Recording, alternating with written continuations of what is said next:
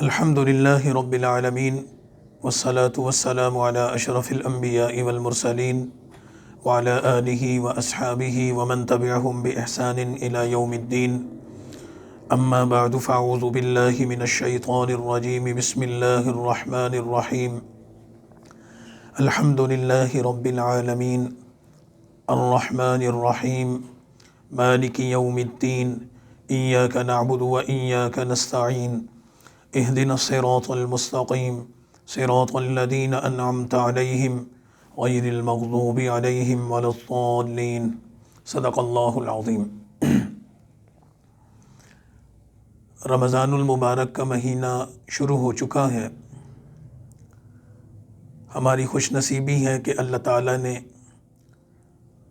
ہماری زندگی میں ہمیں ایک مرتبہ پھر رحمت، مغفرت اور نجات والے بابرکت اور سعادت مہینہ گزارنے اور اس سے زیادہ نفع اٹھانے کی توفیق عطا فرمائی ہے.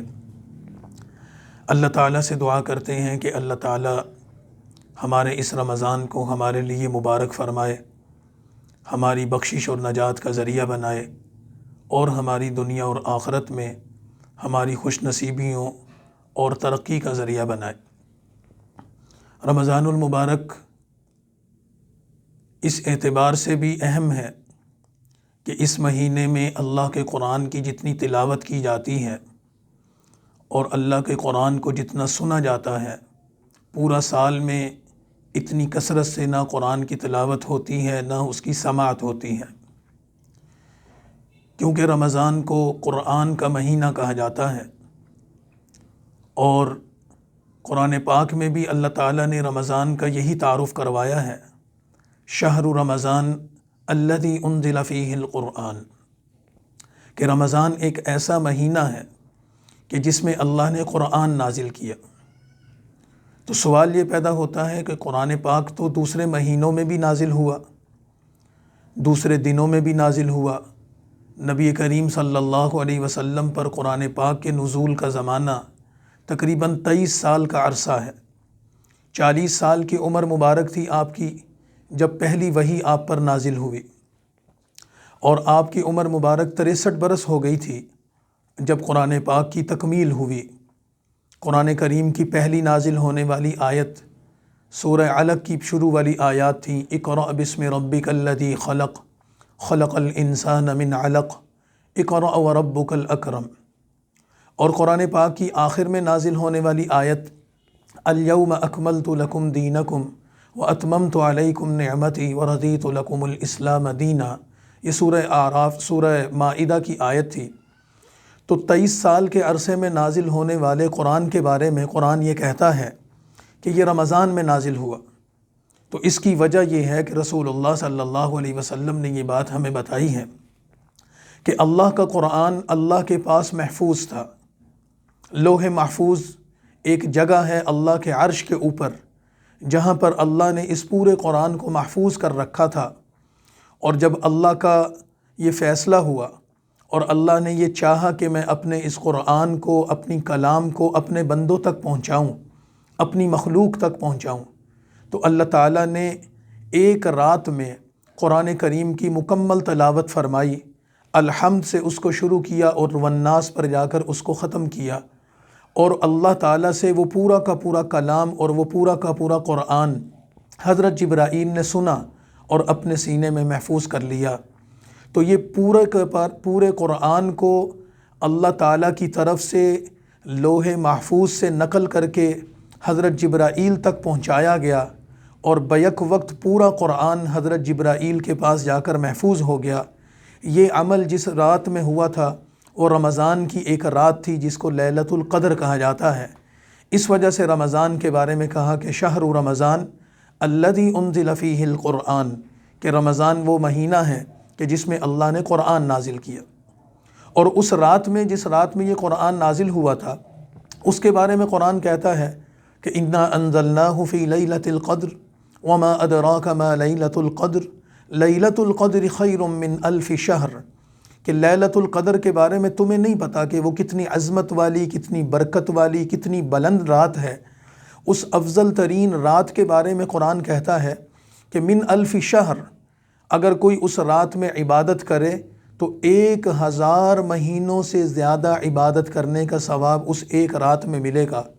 اس رات کو یہ مقام، یہ مرتبہ اور یہ عزت صرف اس وجہ سے ملی کہ وہ اللہ کے قرآن کے نزول کی رات تھی۔ تو اس اعتبار سے رمضان برکت والا، رحمت والا مہینہ ہے۔ اللہ تعالیٰ سے دعا ہے کہ اللہ ہمیں اس کی قدر کرنے کی توفیق عطا فرمائے۔ دوسری بات، قرآن کریم رمضان میں نازل کیوں ہوا یا دوسرے دنوں میں نازل کیوں ہوا؟ اس قرآن کو اللہ نے انسانوں تک کیوں پہنچایا؟ تو اس کا جواب مختصر اور سادہ یہ ہے کہ اللہ تعالیٰ نے انسان کو تمام مخلوقات میں اشرف اور اعلیٰ مخلوق بنا کر بھیجا ہے، اور انسان کے بارے میں یہ بات فرمائی ہے کہ لَقَدْ خَلَقْنَا الْإِنسَانَ فِي أَحْسَنِ تَقْوِيمٍ، کہ ہم نے انسان کو بہترین شکل و صورت میں اور بڑی اچھی تخلیق کر کے پیدا کیا ہے۔ انسان کا شرف، انسان کی دوسری مخلوقات پر عزت اور مقام اور مرتبہ اس کی طاقت کی وجہ سے نہیں ہے۔ انسان سے زیادہ طاقتور تو جانور ہوتے ہیں، وہ انسان سے زیادہ بوجھ اٹھا سکتے ہیں۔ انسان کی دوسری مخلوقات پر افضلیت اور اشرف ہونے کی وجہ انسان کی جسامت بھی نہیں ہے، اس وجہ سے کہ ہاتھی، اونٹ، پہاڑ، درخت وہ انسان سے زیادہ مضبوط اور بڑی جسامت رکھتے ہیں۔ تو پھر انسان میں ایسی کون سی چیز ہے کہ جس کے بارے میں ہم کہیں کہ انسان کو اللہ نے دوسری مخلوقات پر اگر فوقیت اور مقام دیا ہے، وہ امتیازی خصوصیت کیا ہو سکتی ہے؟ تو اس کے بارے میں قرآن کریم ہمیں یہ بتاتا ہے کہ انسان کو اللہ تعالیٰ نے ایک ایسی صفت عطا کی ہے جس صفت کو اللہ نے دوسری مخلوقات وہ صفت اللہ نے دوسری مخلوقات کو نہیں دی۔ وہ صلاحیت اور صفت جو اللہ نے انسان کو دی ہے وہ انسان کا علم ہے۔ الرحمن علم القرآن خلق الانسان علمہ البیان، اقرأ بسم ربک الذی خلق خلق الانسان من علق اقرأ وربک الاکرم الذی علم بالقلم علم الانسان ما لم يعلم۔ یہ والی آیات اور اس سے ملتی جلتی کتنی ہی آیات ایسی ہیں کہ جو یہ بتاتی ہیں کہ اللہ نے انسان کو سیکھنے سکھانے کی، علم حاصل کرنے کی صلاحیت سے مالا مال کیا ہے، اور اللہ نے اس علم کی صلاحیت اور طاقت کی وجہ سے اور اس صفت کی وجہ سے دوسری مخلوقات پر اس کو اعلیٰ، اشرف اور افضل بنایا۔ انسان کی پیدائش بنیادی طور پر جہالت پر مبنی ہے۔ قرآن کریم ہی ہمیں یہ بتاتا ہے کہ جب تم اس دنیا میں آئے تھے اور رحم مادر سے، اپنی ماں کے پیٹ سے اس دنیا میں آئے تو تم کوئی چیز نہیں جانتے تھے۔ تمہاری پیدائش بنیادی طور پر علم سے خالی ہے، تم جاہل پیدا ہوئے، لیکن علم تمہاری ضرورت ہے۔ علم تمہاری زندگی کی ایسی ضرورت ہے کہ جس کے بغیر تم زندگی کا ایک قدم بھی نہیں اٹھا سکتے۔ اور انسان اور دوسری مخلوقات میں یہ فرق ہے کہ ان میں علم حاصل کرنے کی نہ طاقت ہے، نہ صلاحیت ہے، نہ استعداد ہے، اور نہ ہی ان میں وہ صفت موجود ہے۔ اور انسان جس کی پیدائش اور جس کی تخلیق تو بنیادی طور پر جہالت پر مبنی ہے کہ یہ جاہل پیدا ہوتا ہے، لیکن اللہ تعالیٰ نے اس انسان میں یہ استعداد، یہ صلاحیت رکھی ہے کہ یہ اللہ تعالیٰ کی اس استعداد اور صلاحیت سے کام لے کر علم حاصل کر سکتا ہے اور اپنی جہالت کو دور کر کے عالم بن سکتا ہے۔ اسی وجہ سے قرآن کریم میں یہ بتایا گیا ہے اِنَّا عَرَضْنَا الْأَمَانَةَ عَلَى السَّمَاوَاتِ وَالْأَرْضِ وَالْجِبَالِ فَأَبَيْنَ أَن يَحْمِلْنَهَا وَأَشْفَقْنَ مِنْهَا وَحَمَلَهَا الْإِنسَانُ، کہ ہم نے اپنی اس امانت کو، یعنی اس قرآن کو اور اللہ کے کلام کو، ہم نے پہاڑوں پر پیش کیا، ہم نے آسمانوں پر پیش کیا، ہم نے زمین پر اتارنا چاہا، لیکن آسمانوں نے، زمین نے اور پہاڑوں نے اس کا بوجھ اٹھانے سے انکار کر دیا کہ یا اللہ ہم میں یہ صلاحیت اور طاقت نہیں ہے، ہم میں یہ استعداد نہیں ہے۔ اور وَحَمَلَهَا الْإِنسَانُ، تو انسان نے اللہ تعالیٰ کی اس امانت کا بوجھ اٹھانے کا اقرار کر لیا کہ اے اللہ میں تیری اس امانت کا بوجھ اٹھاتا ہوں۔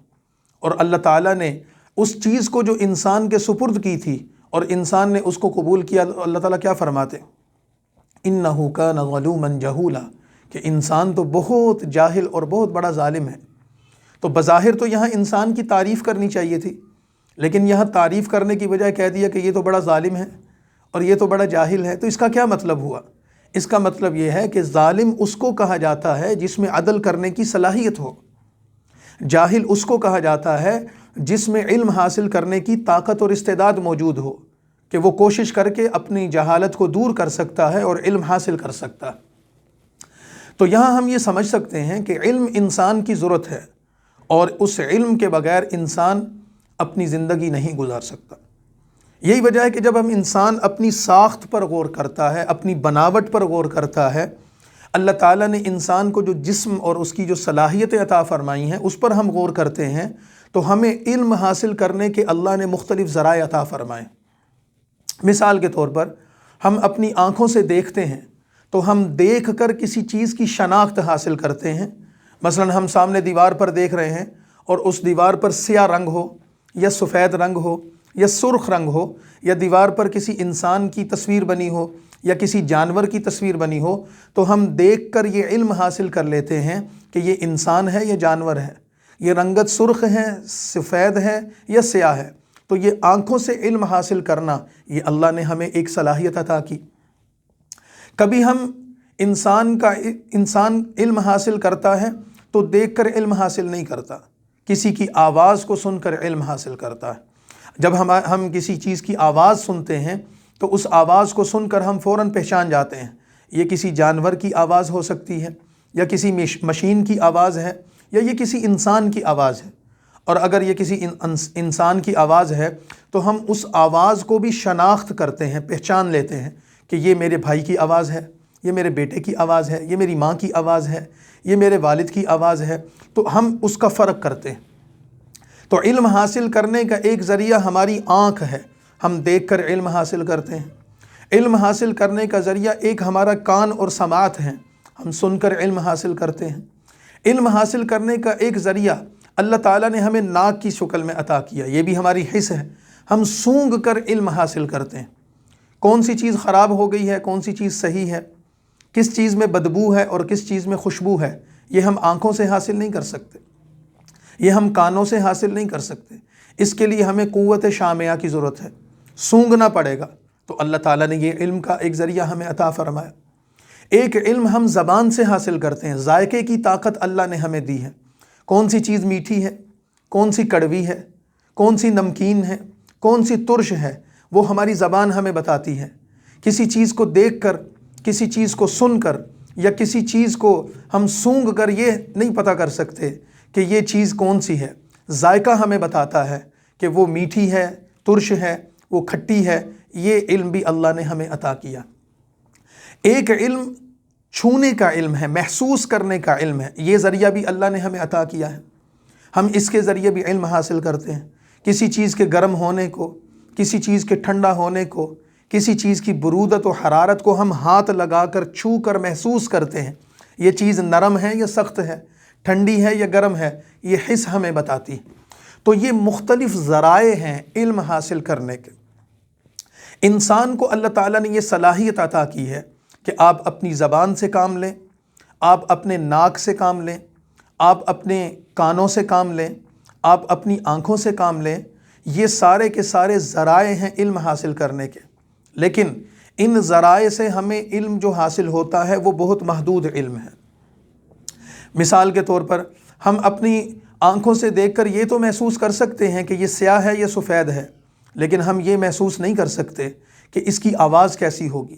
اس آواز کے لیے ہمیں کانوں کی بھی ضرورت ہے، اور کسی چیز کی ہم آواز سن لیں تو آواز سن کر ہم کسی چیز کی سماعت تو کر سکتے ہیں، لیکن اس کی تصویر اور اس کی شکل کا فیصلہ نہیں کر سکتے، اس کے لیے ہمیں کانوں کی ضرورت ہوگی۔ اب کان نے ہمیں ایک علم دیا اور ایک آنکھ نے ہمیں علم دیا، لیکن ہم کسی چیز کے نرم یا سخت ہونے کا فیصلہ نہ کان سے کرتے ہیں، کسی چیز کے نرم یا سخت ہونے کا فیصلہ نہ ہم آنکھ سے کرتے ہیں۔ اس کے لیے ہمیں ہاتھ لگا کر دیکھنا پڑتا ہے کہ یہ چیز نرم ہے یا سخت ہے۔ اور کسی چیز کے کڑوا یا میٹھا ہونے کا فیصلہ ہم کیسے کریں گے؟ اس کے لیے ہمیں زبان کی ضرورت ہے۔ اور کسی چیز کے خوشبودار یا بدبودار ہونے کا فیصلہ ہم کیسے کریں گے؟ اس کے لیے ہمیں سونگھنے کی طاقت کی ضرورت ہے۔ تو یہ خواص ہمسہ ہیں، جن کے ذریعے ہم مختلف ذرائع کا علم حاصل کرتے ہیں، مختلف چیزوں کا علم حاصل کرتے ہیں، اور اگر ہم کان کو نکال دیں پھر بھی ہماری علمی صلاحیت کمزور ہو گئی، اگر ہم آنکھ کو نکال دیں پھر بھی ہماری علمی صلاحیت کمزور ہو گئی، اگر ہم زبان کو نکال دیں پھر بھی ہماری علمی استعداد میں کمی ہو گئی، اگر ہم اپنے چھونے کی یا سونگھنے کی طاقت کو نکال دیں پھر بھی ہماری علمی استعداد کم ہو گئی۔ تو ان تمام کے تمام ذرائع کا بیک وقت موجود ہونا، اس سے ہمیں ایک علم حاصل ہوتا ہے، اور وہ علم جمع ہوتا ہے جا کر ہمارے دماغ میں، جس کو ہمارا دماغ سوچتا ہے، ہماری عقل اس کا فیصلہ کرتی ہے کہ یہ صحیح ہے، یہ غلط ہے، یہ درست ہے، یہ نادرست ہے، اس کا فیصلہ عقل کرتی ہے۔ تو یہ ہمارے تمام ذرائع علم ہیں۔ اب اگر ہم اس پر غور کریں کہ اللہ تعالیٰ نے جتنے علم کے ذرائع ہمیں دیے ہیں، عطا کیے ہیں، ان تمام ذرائع سے ہم علم حاصل کر کے اپنی عقل تک پہنچاتے ہیں۔ آنکھ کا کنیکشن بھی عقل کے ساتھ ہے، کان کا کنیکشن بھی عقل کے ساتھ ہے، زبان کا کنیکشن بھی عقل کے ساتھ ہے، ہاتھوں کے چھونے کا کنیکشن بھی عقل کے ساتھ ہے۔ ہاتھ لگاتے ہیں، فیصلہ عقل کرتی ہے، آنکھ دیکھتی ہے، فیصلہ عقل کرتی ہے، کان سنتے ہیں، فیصلہ عقل کرتی ہے، زبان چکھتی ہے، ناک سونگھتا ہے، فیصلہ عقل کرتی ہے کہ صحیح کیا ہے، غلط کیا ہے، نرم کیا ہے، سخت کیا ہے، سیاہ کیا ہے، سفید کون سا ہے، اپنا کون سا ہے، غیر کون سا ہے، انسان کی آواز ہے یا جانور یا مشین کی آواز ہے۔ شکل و صورت میں پہچان اور شناخت میں آنکھ دیکھتی ہے تو فیصلہ عقل کرتی ہے۔ تو اس کا مطلب یہ ہوا کہ ان تمام ذرائع کی بادشاہ اور ان تمام ذرائع علم کے ذرائع کا حکمران اور ان کی ملکہ وہ عقل ہے، اور عقل علم حاصل کرنے کا سب سے طاقتور ذریعہ ہے۔ یہ عقل ہے جس کے ذریعے انسان اپنے لباس کی تراش خراش کرتا ہے، اپنے جسم کی بناوٹ اور خوبصورتی کرتا ہے، رہنے کے لیے گھر بناتا ہے، ملنے ملانے کے ذرائع اختیار کرتا ہے، اور یہ عقل کا علم ہے جس کے ذریعے یہ دنیا آباد ہے، دنیا کی خوبصورتی اور رنگینیاں ہیں، اور دنیا میں انسانوں نے اتنی ترقی کی ہے کہ انسان ہوا میں اڑتا ہے، پانیوں میں اترتا ہے، زمین پر سفر کرتا ہے۔ یہ ساری انسان کی ترقی، یہ ساری انسان کی طاقت اور یہ ساری انسان کے جو وسائل حاصل ہوئے ہیں، اس کا منبع اور اس کا مرکز وہ عقل ہے جو اللہ تعالی نے عطا کی ہے، اور یہ علم حاصل کرنے کا سب سے طاقتور ذریعہ ہے، اور یہ عقل اللہ نے صرف انسان کو دی ہے، کسی جانور کو اور کسی اور مخلوق کو نہیں دی۔ تو حاصل کلام کیا ہوا کہ انسان تمام مخلوقات میں اعلیٰ اور افضل مخلوق ہے، اس وجہ سے نہیں کہ اس کی طاقت زیادہ ہے، اس وجہ سے نہیں کہ اس کا جسم زیادہ ہے، اس وجہ سے نہیں کہ اس کی جسامت بہت بڑی ہے، نہیں، اس وجہ سے کہ اللہ نے انسان کو عقل دی ہے، اور عقل کے تابع ان اللہ تعالیٰ نے ذرائع کو بنایا ہے جن کے ذریعے انسان علم حاصل کر کے اپنی دنیا کی زندگی کو آگے بڑھا رہا ہے، ترقی کر رہا ہے، اور دن بدن انسان کی زندگی میں، اس کے تمدن میں بہتری آتی چلی جا رہی۔ اب یہاں ایک سوال پیدا ہوتا ہے کہ کیا علم حاصل کرنے کا سب سے بڑا ذریعہ عقل ہے، اور عقل کی موجودگی میں ہمیں کسی علم کی ضرورت نہیں؟ تو اس کا جواب یہ ہے کہ عقل علم حاصل کرنے کا ایک بڑا ذریعہ تو ہے، لیکن سب سے بڑا ذریعہ نہیں ہے، بلکہ کچھ موقع ایسے ہیں کہ جیسے آنکھ اگر کسی چیز سے دھوکہ کھا جائے تو عقل اس کو رہنمائی کرتی ہے، کان کبھی سننے میں دھوکہ کھا جائیں تو عقل اس کا فیصلہ کرتی ہے، زبان چکھنے میں دھوکہ کھا سکتی ہے، عقل اس کو گائیڈ لائن دیتی ہے، ہاتھ چھوتا ہے، ناک سونگھتا ہے، اور یہ سونگھنے میں اور چھونے میں اگر کسی چیز کی غلطی کر رہا ہو تو عقل اس کو رہنمائی کرتی ہے، اور عقل اس کا فیصلہ کرتی ہے کہ یہ صحیح اور غلط ہے۔ کبھی ایسا بھی ہوتا ہے کہ عقل اپنی تمام تر طاقت کے باوجود اور ذرائع علم کے بادشاہ اور ملکہ ہونے کے باوجود عقل بھی دھوکہ کھا جاتی ہے۔ تو جب عقل دھوکہ کھاتی ہے اور غلطی کرتی ہے تو پھر اس کو ایک ایسے علم کی ضرورت ہے جو عقل کے دھوکے کو بھی دور کر دے اور اس کی غلطی کو بھی درست کر دے اور اس کو صحیح راستے پر چلائے۔ آپ اس کو دو مثالوں سے سمجھ سکتے ہیں۔ مثال کے طور پر انسانی جسم کی ضرورت ہے کہ اس کو کھانا ملنا چاہیے، انسانی جسم کی ضرورت ہے کہ اس کو پینا ملنا چاہیے۔ کھانا اور پینا انسان کی بنیادی ضروریات میں سے ہے۔ اب پیاس لگی تو پینے کی کوئی چیز چاہیے، بھوک لگی تو کھانے کی کوئی چیز چاہیے۔ تو عقل کیا کہتی ہے کہ آپ کے سامنے جو چیز بھی آئے اس کو پی لیں، آپ کی پیاس ختم ہو جائے گی۔ اگر کسی انسان کو پیاس لگی اور اس نے پانی کا ایک گلاس پی لیا تو پیاس ختم۔ پانی نہیں ملا دودھ پی لیا پیاس ختم، اگر اس کو دودھ موجود نہیں وہ شراب پی لیتا ہے تب بھی پیاس ختم۔ تو عقل یہ کہتی ہے کہ آپ دودھ پئیں، آپ پانی پئیں، آپ شراب پئیں، آپ کی پیاس ختم ہو جائے گی۔ آپ نے تو اپنی پیاس ختم کرنی ہے، تینوں چیزوں کا استعمال کر سکتے ہیں آپ کو بھوک لگی ہے تو بھوک لگے آپ کھانے کے لیے سبزی کھا لیں، آپ کا پیٹ بھر جائے گا۔ آپ کوئی فروٹ کھا لیں، آپ کا پیٹ بھر جائے گا۔ آپ کوئی گوشت کھا لیں، آپ کا پیٹ بھر جائے گا، اور اس گوشت میں آپ مرغی کا گوشت کھائیں، بکری کا گوشت کھائیں، گائے کا گوشت کھائیں، یا کسی کتے کو کاٹ کر کھا لیں، یا کسی اور جانور کا سور کا گوشت کھا لیں، تو آپ نے کھانا کھایا اور آپ کا پیٹ بھر گیا۔ تو عقل کہتی ہے کہ آپ کا پیٹ بھر گیا ہے، آپ نے کھایا کیا ہے اس سے کوئی غرض نہیں ہے۔ لیکن یہاں پر عقل نے غلطی کر دی۔ پینے کی چیزیں شراب بھی ہے، دودھ بھی ہے، اور پینے کی چیز پانی بھی ہے، لیکن کون سی چیز انسان کو پینی چاہیے اور کون سی نہیں پینی چاہیے اس کا فیصلہ عقل نہیں کر سکتی۔ کھانے کے لیے آپ کے پاس کتے کا گوشت بھی ہے اور کھانے کے لیے آپ کے پاس بکری کا گوشت بھی ہے، کون سی چیز کھانی چاہیے کون سی نہیں کھانی چاہیے اس کا فیصلہ عقل نہیں کر سکتی۔ مثال کے طور پر تجارت کرتے ہیں، تاجر نفع حاصل کرتا ہے، اور اس نفع حاصل کرنے کے لیے وہ صحیح اور امانت اور دیانت کے ساتھ تجارت کرے، یہ بھی اس کا نفع ہے۔ وہ جھوٹ بول کر نفع حاصل کرے، یہ بھی اس کا نفع ہے۔ وہ حلال تجارت کرے، یہ بھی اس کا نفع ہے۔ وہ سود پر تجارت کرے، یہ بھی اس کا نفع ہے۔ عقل کہتی ہے نفع آنا چاہیے، پروفٹ آنا چاہیے، وہ خیانت سے ہو، وہ جھوٹ سے ہو، وہ سچ سے ہو، یا کسی اور ذریعے سے ہو، اس سے کوئی فرق نہیں پڑتا۔ ایک تیسری مثال سے بھی اس کو سمجھا جا سکتا ہے۔ جسمانی تعلقات، جنسی تعلقات انسان کی ضرورت ہے۔ اللہ تعالیٰ نے انسان کی فطرت اور اس کی جبلت میں یہ بات رکھی ہے کہ وہ اپنے نفسانی خواہشات کے لیے جسمانی تعلقات قائم کرنا چاہتا ہے۔ اللہ تعالیٰ نے انسانی نسل کے فروغ کا اس کو ذریعہ بنایا ہے، اور یہ تمام حیوانات میں بھی پائی جاتی ہے چیز، کہ جب ایک مذکر ہوگا اور ایک مؤنث ہوگا، ایک نر ہوگا ایک مادہ ہوگا، تو وہ جفت ہوں گے، آپس میں ملاقات کریں گے، ان کا جسمانی تعلق قائم ہوگا۔ اب انسان کی افزائش نسل بھی جسمانی تعلقات کے بغیر نہیں ہو سکتی۔ اب عقل یہ کہتی ہے ایک مرد کو ایک عورت کی ضرورت ہے، یا ایک عورت کو ایک مرد کی ضرورت ہے، اور دونوں آپس میں جسمانی تعلقات قائم کر لیں تو ان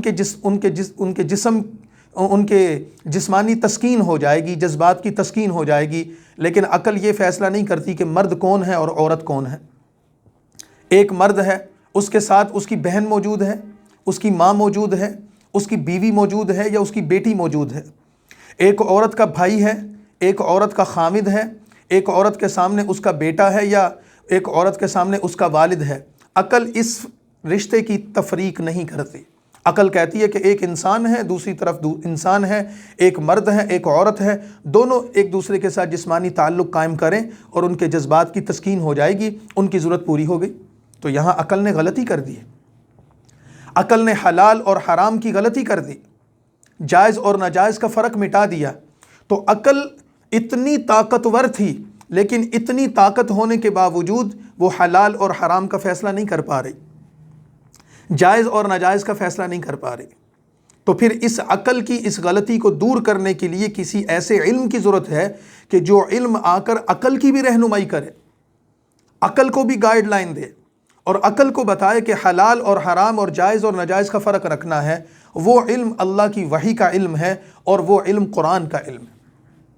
تو جو ہم کہتے ہیں کہ انسان پیدائشی طور پر جاہل ہے، اس کو علم کی ضرورت ہے، تو سب سے پہلے انسان کو علم حاصل کرنے کا جو ذریعہ دیا وہ عقل ہے۔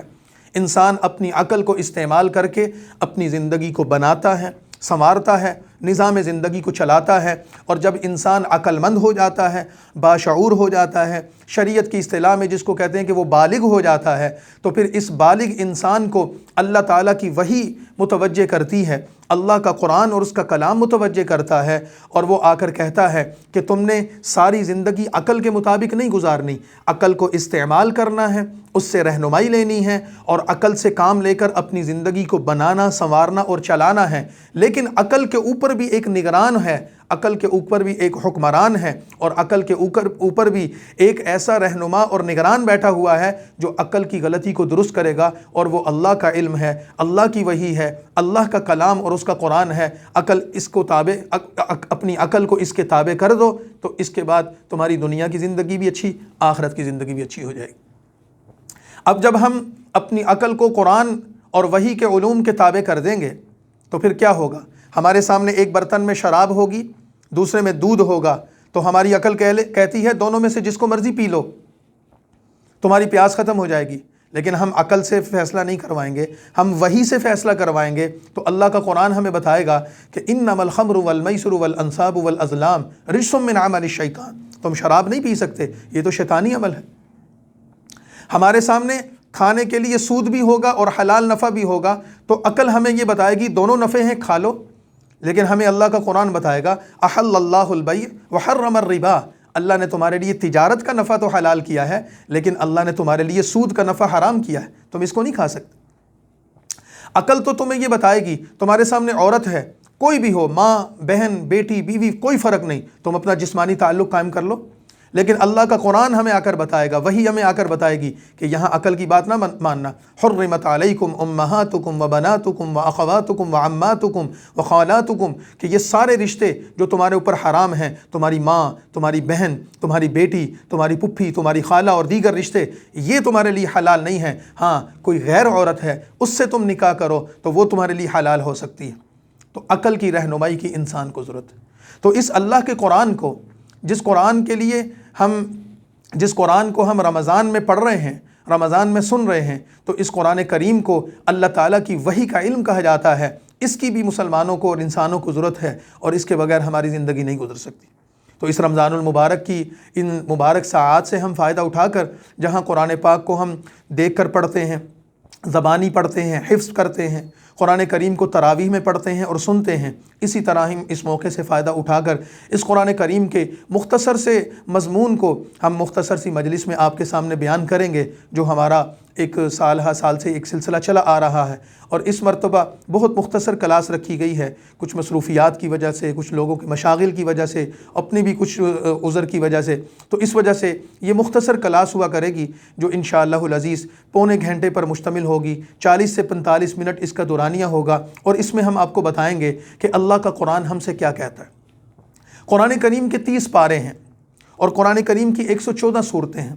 قرآن کریم کی سب سے پہلی سورت سورۃ الفاتحہ ہے، اس کے بعد سورۃ البقرہ ہے، اور سب سے آخری سورت سورۃ الناس ہے۔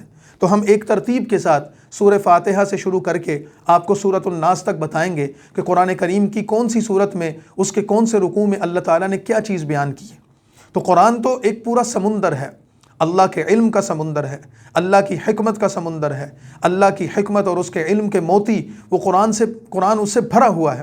جیسے کوئی غوطہ زن سمندر میں غوطہ لگاتا ہے تو اس سے موتی نکالتا ہے اور اس کو جواہرات ملتے ہیں، تو قرآن کے طالب علم، قرآن کو سیکھنے اور سمجھنے والے، وہ قرآن کریم میں جب غوطہ زن ہوتے ہیں تو ان کو تو ہیرے، جواہرات اور موتی ملتے ہیں۔ لیکن ہم اس مختصر سے وقت میں وہ تفصیلات بیان نہیں کر سکیں گے، لیکن ہم آپ کو مختصراً بالکل بتائیں گے قرآن کریم کی ان صورتوں کا تعارف، ان کا شان نزول، اور ان کے اندر آنے والے حالات و واقعات اور اس کے وہ مضامین اور وہ احکامات، کہ ہمیں پتہ چلے کہ اللہ کا قرآن ہم سے کیا کہہ رہا ہے، اپنے قرآن اور اپنے کلام میں اللہ تعالیٰ ہم سے کیا خطاب کر رہا ہے۔ ان باتوں کو شروع کرنے سے پہلے 3-4 ابتدائی باتیں بھی سیکھ لی جائیں۔ ایک تو یہ کہ قرآن کریم کی 114 صورتیں ہیں، ان 114 صورتوں میں کچھ صورتیں مکی ہیں اور کچھ صورتیں مدنی ہیں۔ تو یہاں یہ سمجھ لیں کہ جب ہم یہ کہیں گے کہ یہ صورت مکی ہے تو اس کا مطلب کیا ہے، اور جب ہم یہ بتائیں گے کہ یہ صورت مدنی ہے تو اس کا مطلب کیا ہے۔ سادہ سے الفاظ میں یہ سمجھ لیں کہ رسول اللہ صلی اللہ علیہ وسلم پر قرآن پاک نازل ہوا، اور رسول اللہ صلی اللہ علیہ وسلم کی زندگی 2 شہروں میں گزری ہے۔ آپ 40 سال کے تھے جب مکہ مکرمہ میں آپ پر وحی کا نزول ہوا، پہلی مرتبہ آپ پر وحی آئی، اور 13 سال آپ نبوت کے زمانے میں آپ مکہ میں رہے۔ 13 سال تک جو قرآن آپ پر مکہ مکرمہ میں نازل ہوا، اس قرآن پاک کی ان صورتوں کو اور اس حصے کو کہا جاتا ہے کہ یہ مکی قرآن ہے، یہ مکی صورتیں ہیں، یعنی مکہ میں نازل ہوئی۔ آپ نے 53 سال کی عمر میں ہجرت کر کے مدینہ کی طرف چلے گئے، اور پھر آپ نے اپنی زندگی کے آخری 10 سال مدینہ میں گزارے۔ تو جو صورتیں آپ کے ہجرت کے بعد نازل ہوئی، مدینہ منورہ میں نازل ہوئی ان کو مدنی صورتیں کہا جاتا ہے۔ تو جب ہم یہ کہتے ہیں کہ یہ صورت مکی ہے، مثال کے طور پر سورہ فاتحہ یہ صورت مکی ہے، تو اس کا مطلب یہ ہے کہ یہ رسول اللہ صلی اللہ علیہ وسلم پر ہجرت کرنے سے پہلے مکہ کے زمانے میں نازل ہوئی تھی۔ اور سورۃ البقرہ مدنی ہے، تو اس کا مطلب یہ ہے کہ یہ صورت رسول اللہ صلی اللہ علیہ وسلم پر ہجرت کرنے کے بعد مدینہ منورہ کے قیام کے زمانے میں نازل ہوئی تھی۔ اب یہ ضروری نہیں ہے کہ یہ صورت مکہ شہر کے اندر ہی نازل ہوئی تھی یا مدینہ کے اندر ہی نازل ہوئی تھی، ایسا نہیں ہے۔ ہو سکتا ہے رسول اللہ صلی اللہ علیہ وسلم مکہ شہر میں موجود تھے یا مکہ کے باہر کسی علاقے میں موجود تھے یا کسی سفر پر تھے، تو جو ہجرت سے پہلے نازل ہوئی وہ مکی صورتیں۔ مدینہ میں جا کر ہو سکتا ہے حضور صلی اللہ علیہ وسلم مدینہ شہر کے اندر ہوں، مدینہ شہر سے باہر ہوں، سفر پر ہوں یا کسی اور جگہ پر قیام پذیر ہوں، لیکن جو ہجرت کے بعد نازل ہوئی وہ صورت مدنی ہیں۔ تو جب ہم یہ کہیں گے کہ یہ مکی صورت ہے تو فوراً ذہن میں آ جائے کہ یہ صورت مکہ مکرمہ میں نازل ہوئی، یہ صورت مدنی ہے تو یہ صورت مدینہ منورہ میں ہجرت کے بعد نازل ہوئی۔ دوسری چیز، قرآن پاک کے اس بیان کو پہلے شروع کرنے سے پہلے یہ سمجھ لی جائے کہ قرآن پاک کی مختلف صورتوں اور قرآن کریم کی مختلف آیات کے شان نزول کو بیان کیا جاتا ہے۔ شان نزول کا مطلب یہ ہوتا ہے کہ جب ہم یہ کہیں گے کہ اس صورت کا یہ شان نزول ہے یا اس صورت کا یا اس آیت کا یہ شان نزول ہے، تو اس کا کیا مطلب ہے؟ اس کا مطلب یہ ہوگا کہ یہ صورت رسول اللہ صلی اللہ علیہ وسلم پر جب نازل ہوئی تو یہ فلاں واقعہ پیش آیا، یا فلاں موقع پر فلاں صورتحال پیش آئی، یا فلاں حالات پیش آئے، اس وجہ سے اس صورت کا نزول ہوا یا وہ فلاں آیات نازل ہوئی۔ جیسے مثال کے طور پر سورۃ النساء ہے۔ سورۃ النساء قرآن کریم کی ایک بڑی صورت ہے، تو قرآن کریم کی اس صورت میں عورتوں کے متعلق بہت سارے احکامات ذکر کیے گئے ہیں، ان کی وراثت کا مسئلہ، عورتوں کی نکاح کا مسئلہ، ان کی اولاد کا مسئلہ، میاں بیوی کے باہمی تعلقات کا مسئلہ، یتیم بچیوں کے حقوق کا مسئلہ اور اسی طرح دیگر چیزیں۔ تو اس صورت کے شان نزول میں یہ چیز ذکر کی گئی کہ رسول اللہ صلی اللہ علیہ وسلم کے صحابہ جب احد کی جنگ میں کافروں سے لڑے، اس جہاد میں مسلمانوں کی بہت بڑی تعداد شہید ہو گئی تھی، اور ان کی شہادت کی وجہ سے مسلمانوں کے خاندانوں میں ایک بڑی تعداد ان عورتوں کی تھی جو اپنے خاوندوں کے شہید ہونے کی وجہ سے بیوہ ہو گئی تھیں، تو ان کے نکاح ہوں گے یا نہیں ہوں گے، ان کی وراثت کیا ہوگی، ان کے بچوں کا کیا بنے گا، ان کے مستقبل کے کیا حالات و واقعات ہوں گے، ان ساری چیزوں کے حوالے سے رسول اللہ صلی اللہ علیہ وسلم پر سورۃ النساء نازل ہوئی، اور اس سورۃ النساء میں احکامات ذکر کیے گئے، تو ہم یہ کہہ سکتے ہیں کہ اس کا شان نزول یہ ہے۔ مثال کے طور پر سورۃ الاحزاب ہے۔ رسول اللہ صلی اللہ علیہ وسلم پر سورہ احزاب نازل ہوئی، تو احزاب ایک غزوہ ہے، ایک جنگ ہے جو رسول اللہ صلی اللہ علیہ وسلم کو کافروں کے ساتھ پیش آئی، تو اس کا شان نزول بیان کیا جائے گا۔ اس شان نزول میں یہ بات ذکر کی جائے گی کہ یہ جنگ اس موقع پر ہوئی اور اس میں یہ حالات و واقعات پیش آئے، تو ان حالات و واقعات کی وجہ سے یہ صورت نازل ہوئی۔ مثال کے طور پر سورۃ الفتح ہے، تو قرآن کریم کی سورۃ الفتح کب نازل ہوئی؟ کہ جب اللہ تعالیٰ نے رسول اللہ صلی اللہ علیہ وسلم کو یہ خوشخبری سنائی کہ عنقریب آپ کو اللہ تعالیٰ فتح عطا کرنے والے ہیں، اور آپ کی کافروں کے ساتھ ایک معاہدہ ہو کر صلح ہو گئی جس کو صلح حدیبیہ کہتے ہیں، اس موقع پر یہ صورت نازل ہوئی، تو اس کو سورۃ الفتح کہا جاتا ہے۔ تو یہ شان نزول ہے صورتوں کا، ہم نے اس کو بھی مد نظر رکھنا ہے تاکہ ہمیں ہر واقعہ سمجھ میں آئے۔ اسی طرح قرآن کریم کی صورتوں کے بیان میں ہم آپ کو مختصراً یہ بتائیں گے کہ مثال کے طور پر سورہ فاتحہ ہے، تو اس کے اندر جو رکوع ہیں، مثال کے طور پر ایک رکوع ہے اور اس کے اندر 7 آیات ہیں، تو ان 7 آیات میں کن آیات میں کیا مضمون، کیا مفہوم اور کیا خلاصہ ذکر کیا گیا ہے، اور وہ مضمون اور وہ مفہوم اور وہ خلاصہ آپ کے سامنے پیش کر دیا جائے گا۔ اس سے ہمیں قرآن کریم کی آیت کا لفظ بلفظ ترجمہ تو ہمارے سامنے نہیں ہوگا، لیکن ہمیں یہ پتہ چل جائے گا کہ آیت نمبر 1 سے لے کر سورہ فاتحہ کی آیت نمبر 3 تک پہلی 3 آیات میں کیا بیان کیا گیا ہے، پھر چوتھی آیت میں کیا بیان کیا گیا ہے، اور پھر آیت نمبر 5، 6 اور 7 میں کیا بیان کیا گیا ہے، تو الگ الگ طریقے سے ہمارا مفہوم، اس صورت کا مفہوم ہمارے سامنے آ جائے گا، اس کا خلاصہ ہمارے سامنے آ جائے گا۔ اسی طرح جو قرآن کریم میں جو احکامات ذکر کیے گئے ہیں، ان احکامات کو ہم بیان کر دیں گے کہ فلاں آیت سے لے کے فلاں آیت تک اس صورت کے اندر یہ فلاں حکم ہے، اس کا مفہوم اور اس کا خلاصہ یہ ہے۔ فلاں آیت کی فلاں نمبر آیت سے لے کر فلاں نمبر آیت تک قرآن کریم نے فلاں واقعہ بیان کیا ہے، تو اس واقعہ کا پس منظر ذکر کر دیا جائے گا۔ مثال کے طور پر قرآن کریم نے نبیوں کا ذکر کیا ہے، تو ہم ایک نبی کا ذکر کرتے ہیں، مثال کے طور پر حضرت ابراہیم علیہ السلام، تو قرآن کریم نے حضرت ابراہیم کا بہت سارے مقامات پر ذکر کیا ہے، تو حضرت ابراہیم علیہ السلام کون تھے؟ مختصر طور پر حضرت ابراہیم کا تعارف پیش کر دیا جائے گا، اور قرآن کریم نے ان کے متعلق کیا بتایا اس کا خلاصہ یہاں ذکر کر دیا جائے گا۔ حضرت ابراہیم علیہ السلام کی اولاد کے بارے میں قرآن کریم نے ذکر کیا، ان کے خاندان کے بارے میں ذکر کیا، تو اس کا خلاصہ ہم ذکر کر دیں گے۔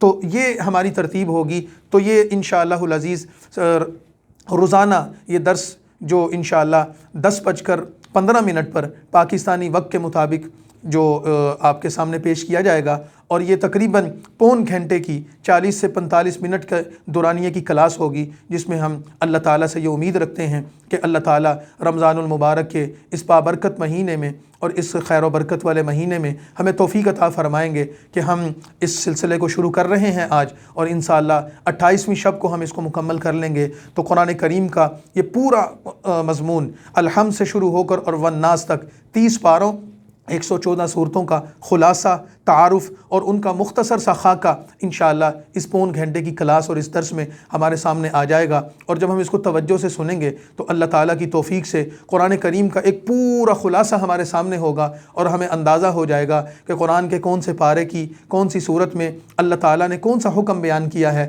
کون سا واقعہ بیان کیا ہے، وہ صحیح معلومات ہمارے پاس موجود ہوں گی۔